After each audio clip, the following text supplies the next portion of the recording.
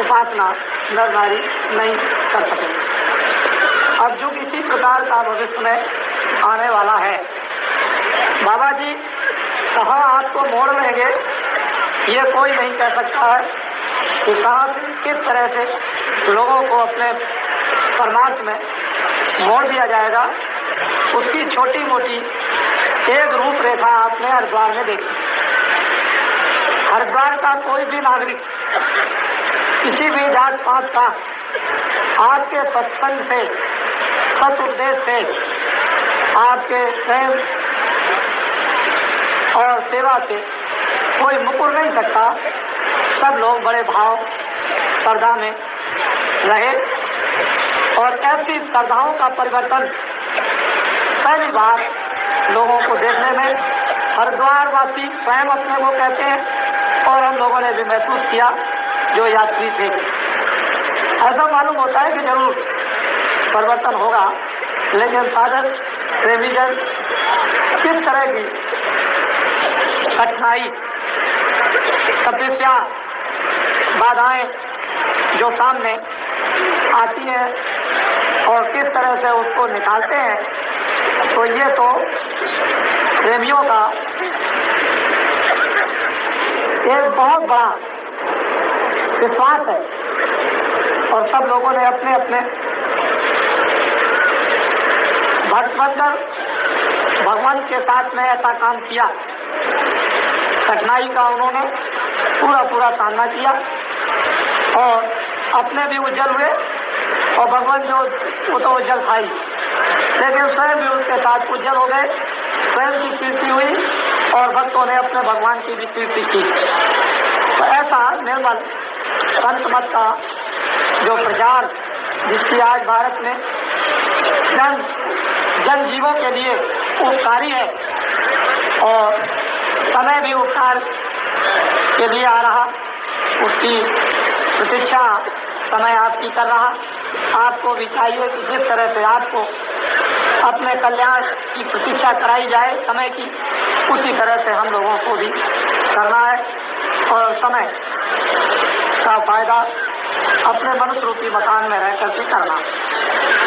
ये ऐसी संपत्ति की साधना है कि जिसका किसी प्रकार का भी किया हुआ फल वंचित नहीं, निष्फल नहीं हो सकता है, फलदायक रहेगा। क्योंकि साधना अपनी सच्ची, उपासना अपनी सच्ची, नाम भी सच्चा, स्थान भी सच्चा, रूप भी सच्चा, देश भी सच्चा, फिर सब नाम की साधना भी सच्ची। अपने मनुष्य रूपी मकान में दरवाजा भी सच्चा। तो जीवात्मा जो मनुष्य रूपी मकान में इस कैद खाने में बंद कर दी गई वो भी सच्ची, लेकिन बस इतना ही अंतर है कि ये गंदी हो गई। अपने किए हुए कर्मों से इस पर गंदगी आ गई और उसके उतारने के लिए हम लोगों को बस पूरा प्रयत्न करना है, करना चाहिए। महात्माओं की दया लेकर इसको उतार ही देना चाहिए, गंदगी को हटा देना चाहिए। ये मेहनत हम लोगों को थोड़ी सी, और वो जब भी संभव होती है कि जब हम आज्ञा का पालन करते हैं, भजन भाव में अपने मन बुद्धि चित्त को लगाते हैं, ध्यान अपने परमार्थ का 24 घंटे दुनिया के काम करते हुए रखते हैं, तो ये सब रगड़ाइयाँ अपनी गंदगी को दूर करने की हो रही है और गंदगी दूर हो जाएगी। इसलिए आज उसी प्रकार का सत्संग आप ध्यान से सुने। बोलो।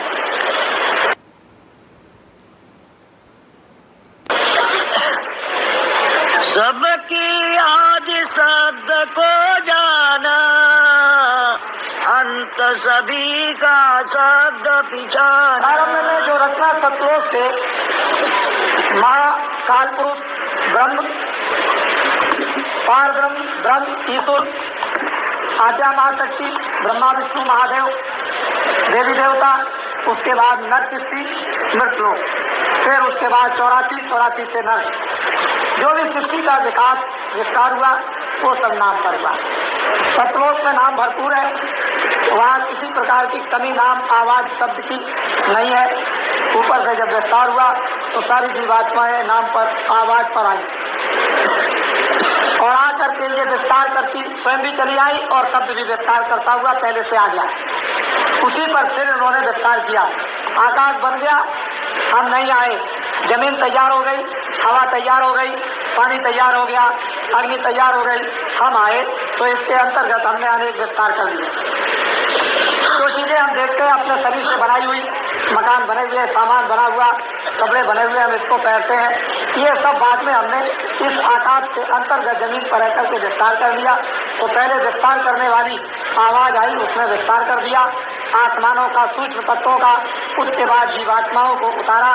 तो हर मंडल के ऊपर में हर एक देश के अंदर जीवात्माओं ने अपना विस्तार कर दिया और वहां के विस्तार से वो जीवात्माएं सब की सब वहां फंस गई, फिर नीचे आई वहां फंस गई, फिर नीचे आई वहां फंस गई, माया के सूक्ष्म देश में आई वहां फंस गई, या मृत्युओं की स्थूल देश में आई तो यहाँ फंस गई, अपने अपने विस्तार में अपने अपने मंडलों में फंस गई। लेकिन सारी रचना शब्द नाम आवाज की है।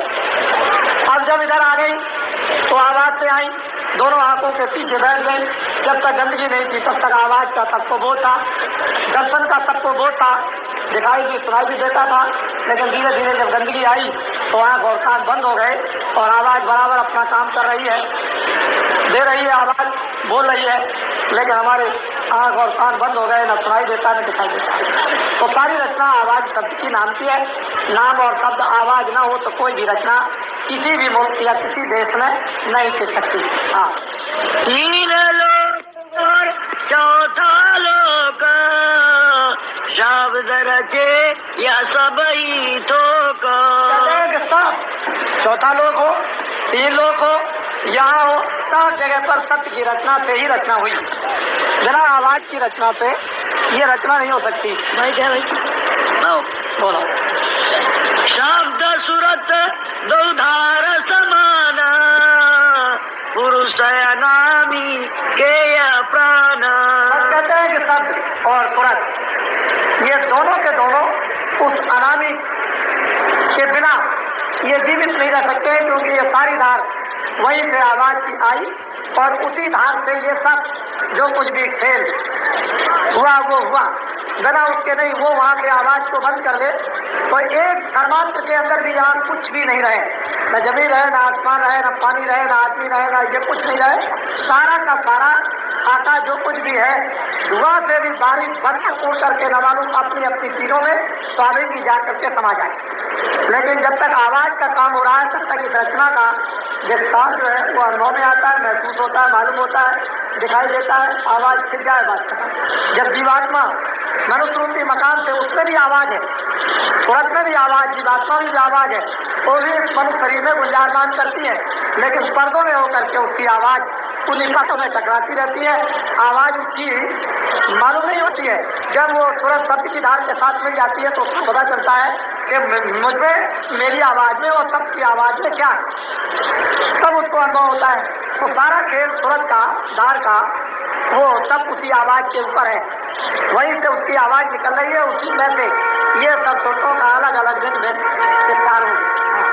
चेतनता सब इनकी माना, शब्द बिना कोई और नयाना। सारी चेतनता का जो आभास है, भाव दिखाई देता है, वो सब शब्द के दूसरा नहीं, सारा खेल शब्द का ही है और कुछ नहीं। जहाँ शब्द नहीं है वहाँ पर कुछ नहीं, किसी प्रकार का भी अनुभव नहीं। तो शब्द जो है उसकी बड़ी भारी महिमा। अनादिकाल से नाम कह दिया, शब्द कह दिया, आवाज कह दिया, वेदवाणी, ब्रह्मवाणी, आकाशवाणी, उद्योगिक वाणी, गैस वाणी, तमाम मतलब ये वर्णन करके शब्दों में महात्माओं ने अलग अलग करके रख दिया और हर एक स्थान की अलग अलग आवाज, उसको अलग अलग शब्दों में बता दिया। ये आवाज ये, ये आवाज ये, ये आवाज ये, ये आवाज ये। तो आवाज का हर मंडल में, हर देश में, हर विभाग में, हर एक लोक में आवाज का खेल है। अब मृत लोक में आवाज स्थूल हो गई, इसलिए चेतन का अनुभव नहीं होता है, पर वो जब ही अनुभव होता है कि जब सूरज शब्द के साथ में जुड़ जाए तो चेतनता का अनुभव हो जाए। बाकी और आवाजों के साथ में हम टकराते रहे तो उसका अनुभव जड़ता का, चेतनता का नहीं, उसमें आनंद नहीं, उसमें प्रेम नहीं। और जो भी प्रेम और आनंद आभास होता है वो अपनी सूरत का होता है और वो क्षण है। शब्द गुप्त तब हुआ नाम, शब्द प्रगट तब धरियाना। कहते हैं कि शब्द अनाम था तब तक गुप्त था, जब प्रकट हो गया तो नाम हो गया। जब तक वो प्रकट नहीं था तब तक अनाम था, उसका कोई नाम नहीं, उसका कोई रूप नहीं, उसका कोई देश नहीं। लेकिन जब शब्द उधर से आया तो नाम पड़ गया। फिर हर एक किसी का नाम पड़ जाएगा। ब्रह्म का नाम अलग है, ईश्वर का नाम अलग है, पारब्रह्म का नाम अलग है, महाकाल का नाम अलग है, उस सच्चे बादशाह का नाम अलग है। तो अलग अलग से सबका पड़ गया। लेकिन जब नहीं था तब वो अनाम था, विस्तार नहीं था, इसलिए जब विस्तार हुआ तो नाम पड़ा। हाँ, नाम अनाम शब्द परमाना, शब्द बिना होए सबकी हान। कहते हैं कि नाम अनाम उससे शब्द से ही जाना गया, बिना शब्द के न नाम जाना जाएगा, ना नाम जाना जाएगा, ना रूप जाना जाएगा, ना स्थान जाना जाएगा। इसलिए शब्द की बहुत बड़ी महिमा है और वो तुम्हारे मतलब मस्तक में हो रहा। तुम जरा सा अपने मस्तिष्क को साधन के वक्त में, भजन के वक्त में उलट करके कान लगा करके ध्यान दे करके सुने, सुखी और कायलियत के माई को थोड़ा सा दूर करके जरा सचेत होकर के और साधन भजन करने लगे तो क्या नहीं अंदर में हो रहा है। वो तो मालूम दूर होता है लेकिन हो रहा बिल्कुल करीब, पर कानों के ऊपर में इतने पर्दे हैं गंदगी के, जिसकी वजह से ऐसा मालूम होता है कि बहुत दूर हो रहा। जब वही साधकों के पर्दे साफ हो जाते हैं तो बिल्कुल एकदम से मालूम होता है कि हर वक्त हमारे मनुष्य मकान नहीं हो रहा। तो वो धार ऊपर से आ रही है, नाम आवाज की धार आ रही है और वो तुरंत तक आएगी। जब तक एक भी तुरंत रह जाएगी तब तक वो धार काम करती रहेगी आवाज की। जब सारी सुनते यहाँ से चली जाएगी तो धार भी खिंच जाएगी, आवाज भी यहाँ से खिंच जाएगी।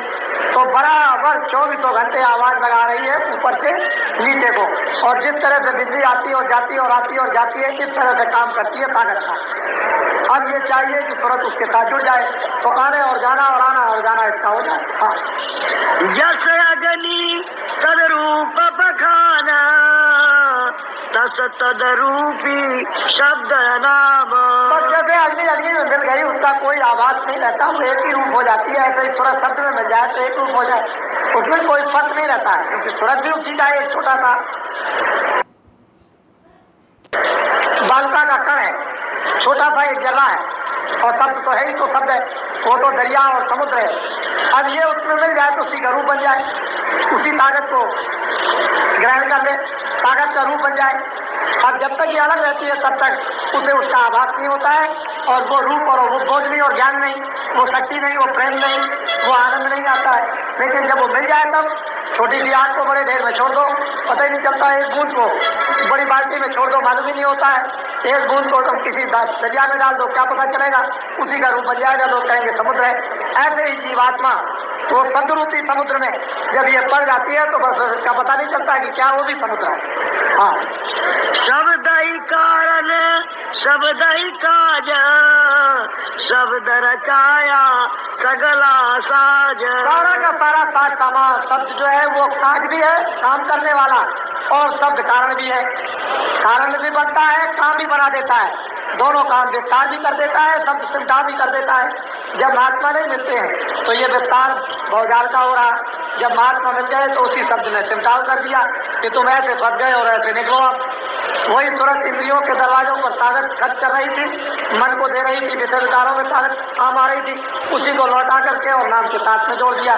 तो कारण भी और कार्य भी दोनों काम करता है। एक ने विस्तार कर दिया, एक ने सिमटाव कर दिया, एक ने फंसा दिया, एक ने निकाल दिया, दोनों काम होते हैं। शब्द से शब्द ना हो तो कोई काम नहीं हो सकता। हाँ, शब्द ही अगम अलख फिर शब्द, शब्द ही सत नाम सत अनामी में शब्द। शब्द था, अनाम था, जब वो उधर से शब्द आया तो नाम पड़ गया।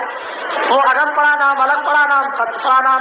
उसके बाद फिर विस्तार हो गया तो निरंजन नाम पड़ गया, ब्रह्म नाम पड़ गया, पारब्रह्म पड़ गया, महाकाल नाम पड़ गया, उसके देवी देवता नाम पड़ गया, ब्रह्मा विष्णु नाम पड़ गया।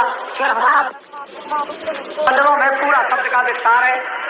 वहाँ के देवी और देवता जिन जिन रूपों में, जिन जिन शरीरों में रहते हैं, वो शब्द से वो भी गुंजायमान, शब्द में शब्द और शब्द से शब्द, सूरत में भी शब्द है और वहाँ उस पुरुष में भी शब्द है, और उसी से सारा खेल चल रहा है जो कुछ भी। अब इधर में भी है, हम सब लोग हैं, शब्द देते हैं, ये काम करो, वो काम करो, ये आवाज दी, वो आवाज दी, ऐसा करो, ऐसा बिगाड़ दो, इसको रखो, उसको ऐसा। ये सारा शब्द की रचना इधर है। इधर शब्द खत्म हो जाए, न ये काम होगा न वो काम होगा, तो इधर में ये जड़ता, इधर ये शब्द नाशवान, जिन चीजों का बोध गर्ता से निकलता है वो नाशवान चीजें हैं। जितनी चीजें बनेगी सब नाशवान। अब आवाज निकलती है गर्ता शरीर से, ये भी नाशवान। जिन चीजों का बोध कराता है वो भी नाशवान। बन भी जाती है वो भी नाशवान है, बिगड़ भी जाती है वो भी नाशवान है। ये सब चीजें नाशवान, तो इधर भी और उधर भी। अब इधर में तो जो है अंधकार है, उधर है चेतनता प्रकाश है। अब उस प्रकाश का बोध मनुष्य रूपी मकान में हमें करना है, तो वही हम काज भी बना और कारण भी बना। बोलो। ओम शब्द निरंजन शब्द, ब्रह्म शब्द और माया शब्द, शब्द ही जीव शिव भी शब्द, शब्द से सुरत, सुरत से शब्द। सब कहते हैं कि सब माया भी है, निरंजन भगवान भी है, ओम भी है, सूरज भी है, ये सब शब्द ही है। बिना शब्द के कोई काम नहीं चल सकता है। इसलिए सूरज शब्द में अपनी पुरोधो समा दो, मिला दो, जोड़ दो, शब्द का रूप बन जाए, बस खेल तुम्हारा सब कुछ सफल हो जाएगा, बन जाएगा। अब जब तक ये सूरज शब्द को नहीं पाती है तभी तक ये रो रही, चिल्ला रही, और तभी तक इसको हैरानी परेशानी मचती है, जलमती है। इस कारागार में उस कारागार में ठिकाना नहीं मिलता है। लेकिन यही बूंद उसमें प्रवेश कर दी जाए, बस सारा आना जाना इसका उसका छोटे बड़े का सबका छूट जाए। वो जो दुख और सुख का भान करती थी वो भी उसको मिट जाए। बिछुड़ने का ये भी उसको जो अनुभव होता था, कितना उसको दुख होता था, अब वो शब्द की जात के साथ तुरंत मिल जाए तो अपनी जात में पहुंच जाए, काम उसका हो गया। ओत पोत यो शब्द ही शब्द, ऊंच नीच दो शब्द ही शब्द। इधर भी शब्द, उधर भी शब्द, आग में भी, अंत में भी, मध्य में भी, चारों तरफ शब्द ही शब्द है। ऊंच और नीच सब जगह शब्द। जिनको हम नीच कहते हैं वहां भी शब्द है, जिनको हम ऊंच कहते हैं वहां भी शब्द है, अंधकार में भी शब्द है, प्रकाश में भी शब्द है। शब्द सब जगह चाहिए। तो धुंधुकार हो, बिजली जलती हो या न जलती हो, बत्ती जलती हो या न जलती हो, पानी बरसता हो न बरस, हर जगह शब्द की जरूरत। बूंद भी गिरेगी उसमें भी आवाज, सब जगह पर काम शब्द का होगा। शब्द ही सेवक, शब्द ही स्वामी, शब्द ही घट घट अंतर जामी। कहते हैं कि शब्द भी जो व्याख्या है वो सेवक की है, स्वामी की भी है, अंदर और बाहर सब जगह शब्द रम रहा है। उसी शब्द की व्याख्या महात्माओं ने प्रकाश के रूप में, दैवी शक्ति के रूप में, पार ब्रह्म के रूप में, ब्रह्म के रूप में, ईश्वर के रूप में अनेक शब्दों से उसको लोगों को बताया, बोध कराया। लेकिन है सारा का सारा खेल शब्द का, नाम का, आवाज का। शब्द न मरे अमर भी शब्द, शब्द न जरे अजर भी शब्द। शब्द कभी न जरता है, न मरता है, न छोटा है, न बड़ा होता है, वो अजर है, अमर है और हर जगह पर है। उसी को हमें प्रकट करना है। गंदगी जितनी हमने अपने ऊपर में चढ़ा दी है उसी को उतार करके अलग कर दो, सारा खोल उतर करके अलग हो जाए, ये सूरज शब्द में समा जाएगी। तो देखो न जरता, न मरता, न छोटा, न बड़ा, न जूदा, न लगा, न अंधा, न बहरा, न सुबह, न शाम, न दिन, न रात, न वहाँ कलेश है, संताप है, न शोक है, किसी तरह की कोई नीच ऊंच की झगड़े झंझट की बात नहीं, शब्द की चीज है। इसी शब्द के लिए महात्माओं ने, कबीर ने, रैदास ने, तुलसीदास ने, मीराबाई ने, नानक जी ने, बहुत से महात्माएं इसी शब्द की इतनी उच्च व्याख्या की और उसी की बोध कराने के लिए उन्होंने अपने अपने समय पर पूरे प्रयास किए। लेकिन वो जमाना दूसरे ढंग, ढांचे, विचार, चलन, चाल, देख देख, पूजा पाठ, उपासना, समझ के मान मर्यादा इत्यादि का था। लेकिन संतों ने धीरे धीरे धीरे धीरे अपना संस्कार डालते डालते डालते डालते इतनी दूर जा करके उनको छोड़ दिया कि हर एक आदमी को अब वास्तव में नाम, शब्द, आवाज की उपासना बिना किए हुए इस कलयुग में इनका कल्याण जीव का कभी हो ही नहीं सकता है। ये सब संतों और महात्माओं की ही कृपा बराबर चली आ रही और वो उस रास्ते तक पहुंचा देंगे जबकि दुनिया के लोग ये कहने लगेंगे कि वास्तव में संत मत कितना सुगम इस कलयुग में आया। सरल युग,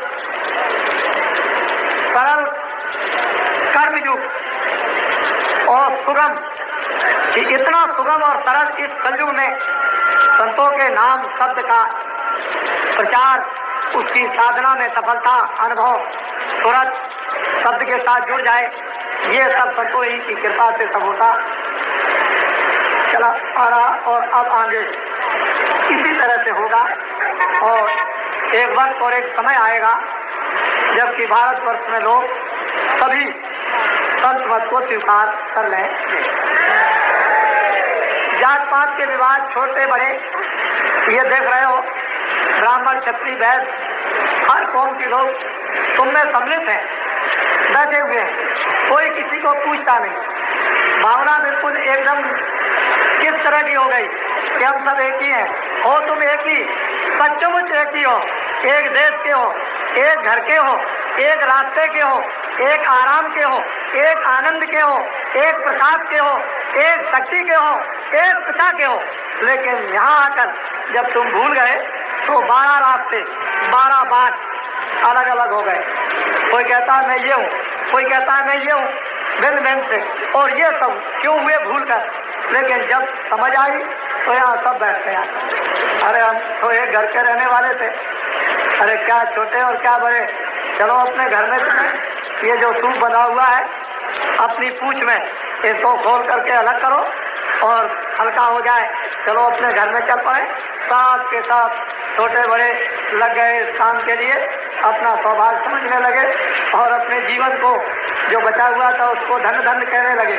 और अब वो लग गए सबके सब। तो मैं तो ये कहूँगा, चाहे वो जंगलों में बड़े बड़े कमराओं में महात्मा गुफाओं में भजन करते हो, ठीक है वो भजन करते हो जैसा लोग कहते हैं, वैसे आजकल के युग में कमराओं में कोई भजन कर नहीं रहा है, केवल कल्पना मात्र की बात है। भजन कोई भी नहीं कर रहा, क्योंकि कलयुग में अन्न में प्राण है और बिना अन्न के वो कमराओं में बैठ करके भजन नहीं कर सकते। उनको अन्न चाहिए।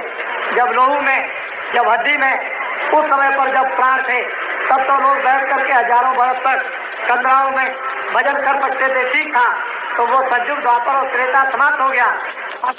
अन्न में प्राण है और अन्न उनको मिलना चाहिए। और कंदराओं में जब अन्न नहीं मिलेगा तो कोई भी भजन नहीं कर सकता। ये दुनिया की कपोल और कल्पित केवल बातें हैं। इसी गृहस्थाश्रम में वो सतयुग त्रेता का जो आप समझते थे वो कलयुग में सुगम, उससे भी बहुत ऊंचा योग यानी इन गृहस्थों को प्राप्त होता है और हो जाएगा, लेकिन कंदराओं में रहने वालों को नहीं। इसलिए कंदराओं में चाहे वो करते हो दुनिया के विचारों से, लेकिन इन प्रेमियों के सामने कुछ नहीं कर पाते। ये प्रेमी बहुत कुछ कर रहे हैं। इनको सच्चा रास्ता अरे बताने वाले भी तो सच्चे मिले, रास्ता भी सच्चा, वेद भी सच्चा, उपासना भी सच्ची, तो इनसे बड़ा भाग्यशाली और कौन हो सकता है।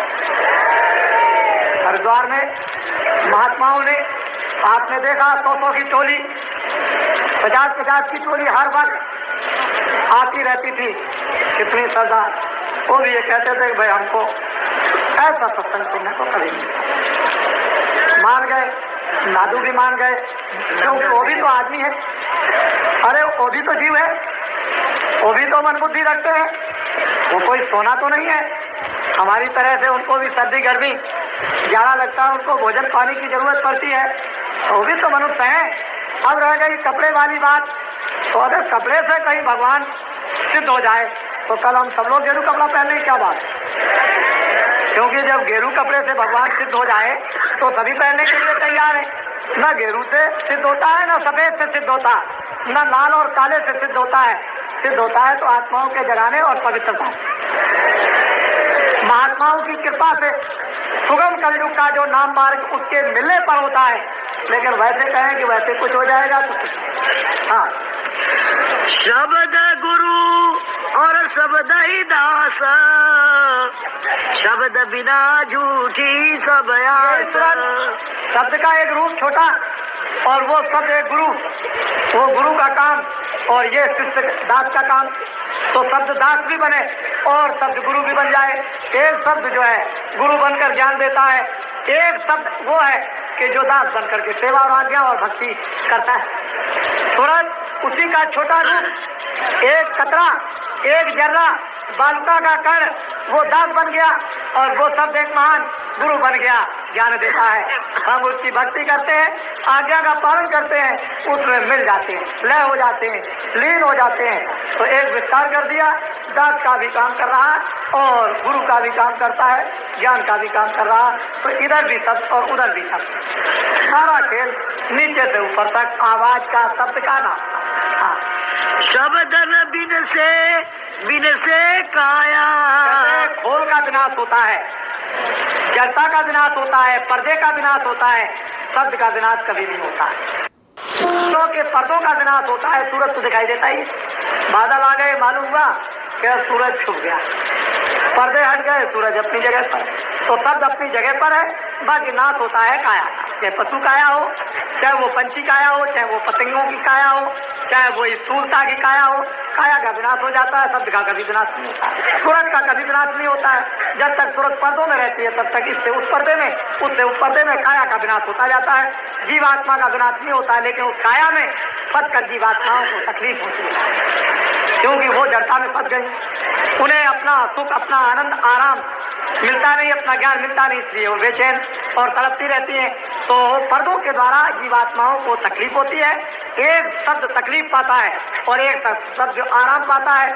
जो आराम पाता है वो तो है गुरु, जो तकलीफ पाता है वो दास। बोलो। शब्द बिन से खाया, शब्द बिना कछुआत न आया। कहते हैं शब्द कभी नहीं विनसता, विनसती है काया। अब वो बिना शब्द के कुछ हाथ आने वाला है नहीं। जितनी भी जड़ वस्तुएं जगत में है, जब ये सरूर मरुस रूपी काया जिसने दी है वो निकाल करके अलग जीवात्मा को कर देता है, काया जमीन पर पड़ी रह जाती है, काया का विनाश हो गया। लेकिन सूरज का क्या? सूरज को तो कहीं ना कहीं रखना ही है, चाहे उसमें रखना है चाहे उसमें रखना है, उसे तो रखना पड़ेगा। और वो कहीं अगर इस काया से शब्द में मिल गई तो फिर हमेशा के लिए छूट गई, फिर न इसका विनाश न शब्द का विनाश।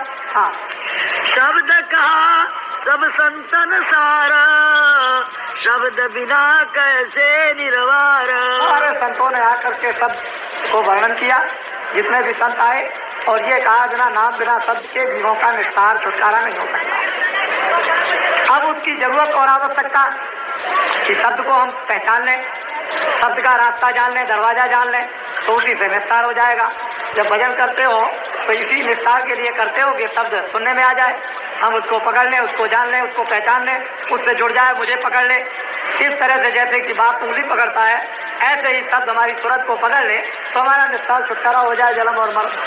तो शब्द की जो है वो सब संतों ने महिमा की, व्याख्या की, बताया, सुरतों को जोड़ा, गौसागर से पार किया, और अब भी वही बात आपके सामने है। हाँ। शब्द गहीर शब्द गंभीर, शब्द बिना पद मिले न थीरा। नारियों आए जीवात्माओं, शब्द गहर गंभीर, इतना गहरा है कि अथाह, और शब्द ऐसा है कि पहचान भी लो, छोटा से छोटा और बड़े से बड़ा, और बिना शब्द के काम नहीं होगा। इसलिए शब्द की कमाई कर तू मेरे प्यारे मीत, है दोस्त तू शब्द की कमाई मनुष्य रूपी मकान में मरने के पहले गुरु कृपा लेकर आज्ञा का लगन के साथ, तड़प के साथ बैठ करके अंदर उसको पुकारें और उसको मसाले को उसको उतार करके अलग करें, और उसकी सूरत को शब्द के साथ, घंटे के साथ, घड़ियाल के साथ, शंख के साथ, बादलों की गरज, मृदंग के साथ और भी बहुत से शब्द उनके साथ जोड़कर, और जितना भी उसके साथ गंदगी चिपटी हुई है वो साफ फुलझड़ियों की तरह से झड़ती चली जाएगी। जैसे जैसे शब्द ऊपर से उतरता आएगा वैसे गंदगी सब साफ होती जाएगी और सूरत और मन दोनों निर्मल होते चले जाएंगे। हाँ। शब्द बिना कोई हो न धीरा, बिना शब्द के किसी को ज्ञान नहीं मिला, और ना कभी वो बिना शब्द के ठौर ठिकाना पाएगा। शब्द की जरूरत है नाम की, और महात्मा ही इसका भेद जानते हैं, और कोई नहीं जानता। खाली कपड़े पहन लेने से, यहाँ वहाँ घूमने से, इधर उधर जल चढ़ाने से, इधर उधर दर्शन करने से उससे कुछ भी काम होने वाला नहीं। देखो असली बात तो यह है, इतने दिन हो गए आपको सत्संग में, हरिद्वार में आप गए, ठीक है, हमारे सामने कहीं भी हो, ध्यान तो तुम्हारा यह है कि चलो भाई हरिद्वार में कहीं देख जाएंगे, लेकिन पहुंचना है, चलो अपने मुकाम पर पहुंचना है और अपना सत्संग सुनना। तब तो आपको फंसने का कोई चारा नहीं, क्योंकि गए देख करके आए, चलो भाई यहाँ आए, बहुत लोग महिमा करते हैं, बहुत कुछ कहते हैं, चलो देख लें आंखों से, ताकि कोई भ्रांति न रह जाए, अपनी भ्रांति को मिटा दें। लेकिन ध्यान लगा हुआ सत्संग का ख्याल है हमेशा कि भाई रास्ता तो हमारा ये सच्चा है, इधर तो है नहीं, इधर से तो दिखा करके मोड़ा जा रहा।